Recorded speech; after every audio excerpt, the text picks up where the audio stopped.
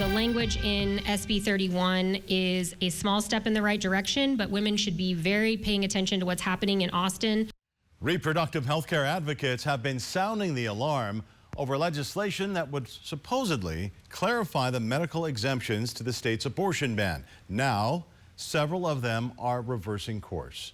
CBS Austin's Michael Atkinson is live at the state capitol for us tonight. Michael, some of those women now supporting the bill are the same ones who sued the state for its ban.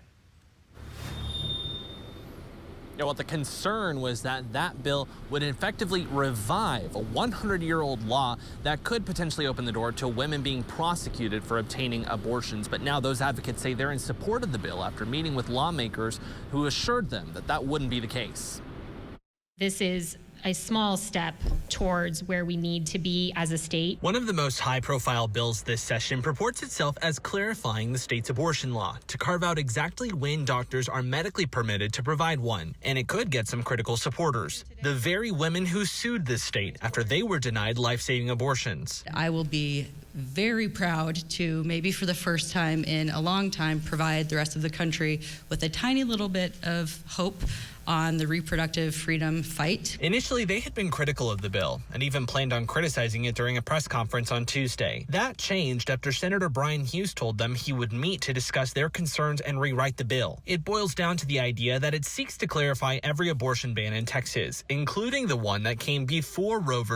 Wade 100 years ago. Reproductive health care advocates worried that even by entertaining the idea of amending that law meant it would revive the law, which wouldn't protect women who get abortions from being prosecuted.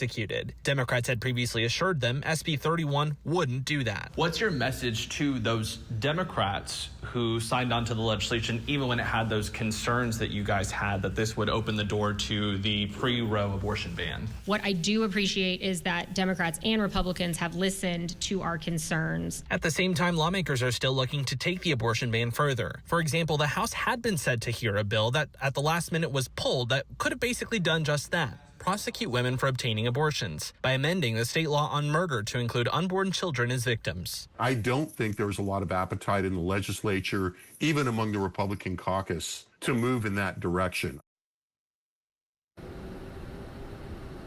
We did reach out to Senator Brian Hughes, the author of that bill, for comment as well as more information about this new legislation. We did not hear back, but the Senate State Affairs Committee did vote to approve that legislation this afternoon. Live outside the Texas State Capitol, Michael Atkinson, CBS Austin News. The Missouri House of Representatives approved a joint resolution involving abortion in the state. House Joint Resolution 73 would eliminate access to abortion in all pregnancies except those that result from rape or incest or result in a medical emergency or fetal anomaly.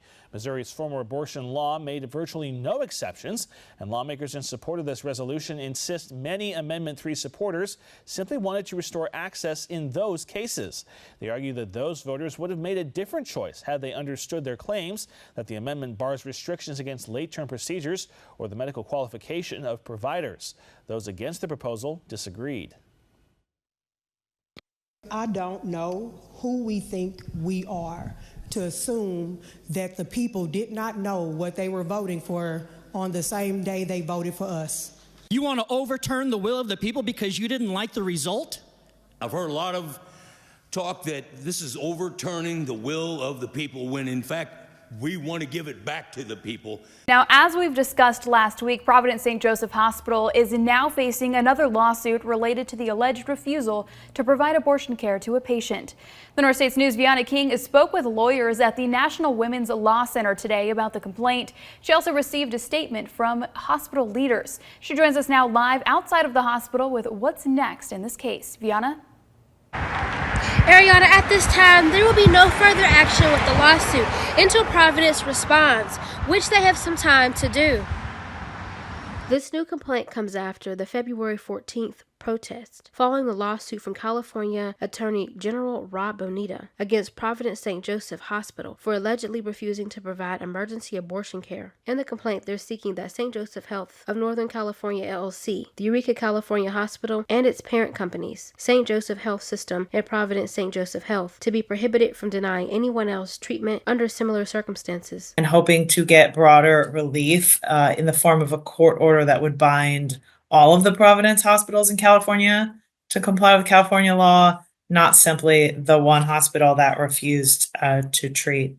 Dr. Nuslock? In a statement, a spokesperson for the Providence St. Joseph Hospital says in part, quote, "The experience described in the lawsuit is deeply saddening and troubling. We are fully committed to delivering care in accordance with federal and state law, as well as our mission as a faith-based organization. This includes providing emergency life-saving medical interventions that may result in indirect fetal death." End quote. The National Women's Law Center says they are also seeking to request monetary damages for the harm they're claiming that Dr. Anna Nuslock suffered after the hospital refused to treat her while experiencing a miscarriage of her twin daughters. We believe that hospitals cannot be allowed to pick and choose which emergencies they treat based on ideology. And so our goal at the National Women's Law Center, as well as Dr. Nuslock's goal, is to ensure that every pregnant patient can access the emergency care that they need.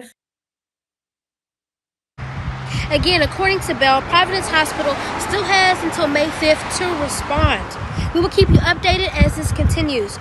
We do have the full response from the hospital representatives talking about the changes they are making to the training on our website, krcrtv.com.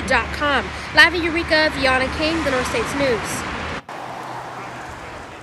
With signs in hand, we're one of at least 80 cities across the U.S. that's holding a rally today. People line the sidewalk outside of Planned Parenthood Cincinnati Surgical Center. You're helping to draw attention to the fact that Planned Parenthood, an organization that kills innocent children, does not deserve your tax dollars. Not 1 cent. Rallies like this and across the country are aimed at showing support for defunding Planned Parenthood. It's just a straight intimidation of people that need care and service, and it's sad. But, it doesn't really inhibit our ability every day to provide the care that folks need. The fight over taxpayer funding for Planned Parenthood was on display in the U.S. Supreme Court on Wednesday. This comes as South Carolina excluded the organization from the state's Medicaid program because they provide abortions.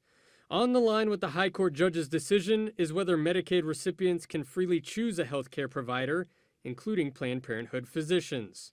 If the justices rule with the anti-choice movement, it just really actually means that we'll see more abortions across the country, right? Because people won't have access to birth control, IUDs, and the services they need. Planned Parenthood Southwest Ohio president and CEO Nan Whaley says it's something she feels most Ohioans aren't in support of.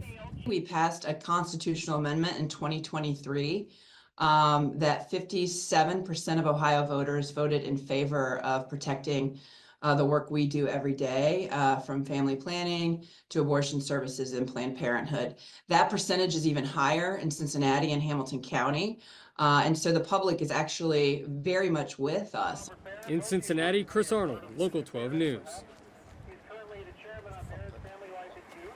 A massive change to Nevada's abortion laws is coming. Starting at the end of this month, Nevada will require doctors to notify parents if their daughter is getting an abortion. Well, the ruling coming down overnight from a federal judge. Ben Marjat reports on the implications from it. A major ruling upending Nevada's abortion landscape for now, celebrated by pro-life advocates. Quite honestly, this has been the #1 goal of Nevada Right to Life for the last 40 years. And blasted by Planned Parenthood. Obviously, we're incredibly disappointed. This is another attack on reproductive health care, especially for minors. The decision from federal judge Ann Traum allowing Nevada's 1985 law requiring parental notification for abortions to go into effect starting April 30th. If a minor wants an abortion, the doctor would have to send one or both parents a letter before the procedure. The parents would not need to consent. Currently in the state of Nevada, right now, a girl as young as 10 or 12 can get an abortion without her parents knowing. The judge writing that a permanent injunction preventing the law from ever being enforced has no legal basis after Roe v. Wade was overturned in 2022.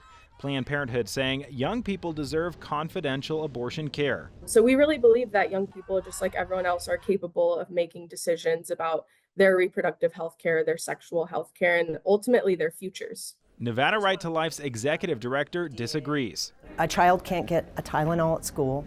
She can't get her ears pierced. She can't lay down in a suntan booth. But she can have a major medical procedure that could be life-threatening and life-changing. Right now, 36 states require some form of parental notification. 27 states also require parental consent. In Reno, Ben Marjat reporting.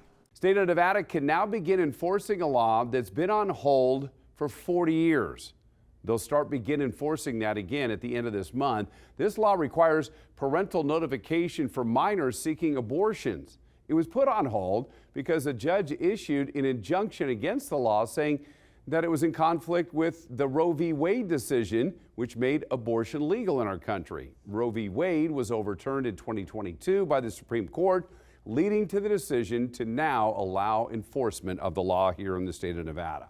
A major ruling upending Nevada's abortion landscape for now, celebrated by pro-life advocates. Quite honestly, this has been the #1 goal of Nevada Right to Life for the last 40 years. And blasted by Planned Parenthood. Obviously, we're incredibly disappointed. This is another attack on reproductive health care, especially for minors. The decision from federal judge Ann Traum allowing Nevada's 1985 law requiring parental notification for abortions to go into effect starting April 30th.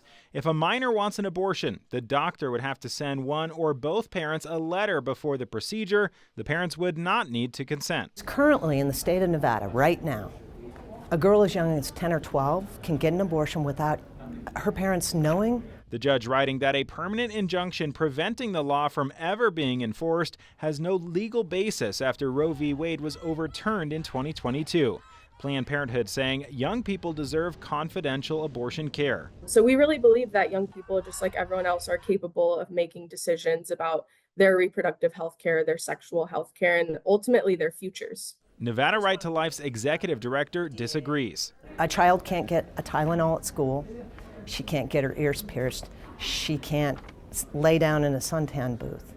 But she can have a major medical procedure that could be life-threatening and life-changing. Right now, 36 states require some form of parental notification. 27 states also require parental consent. In Reno, Ben Marjat reporting.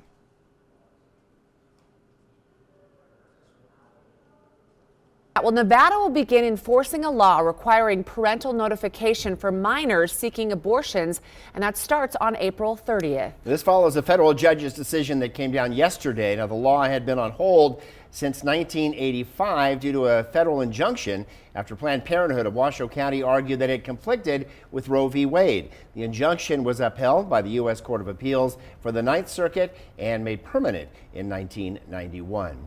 But in less than a month, that 1985 law, it will be allowed to go into effect. Ben Marjat is live in our studio with how exactly we got here and how this law may be enforced. Ben? George Shelby, this started when Roe v. Wade was overturned back in 2022. That cleared the way for two Northern Nevada district attorneys to restart legal proceedings in that case, and ultimately a judge just yesterday, as you guys said, ruling the injunction is lifted and that this parental notification law will take effect. A Planned Parenthood spokesperson says they are incredibly disappointed. We know that a majority of patients already include a parent in their decision to get an abortion. Those who don't do so for extremely good reasons, such as fear of abuse, abandonment, neglect, financial loss. So this law has been on the books for decades, but it has never been allowed to be enforced. So it's a little unclear how exactly this will play out. Essentially, it requires the abortion doctor to send a letter to one or both of the girl's parents. They don't need to consent, but that letter does need to be sent before the procedure. Now, there is what's called a judicial bypass, which means the girl could, if she's worried about her safety, go to a judge and notify a judge instead of her parents. We reached out to Planned Parenthood for their reaction to this ruling. As you heard, they are potentially considering whether or not to appeal this.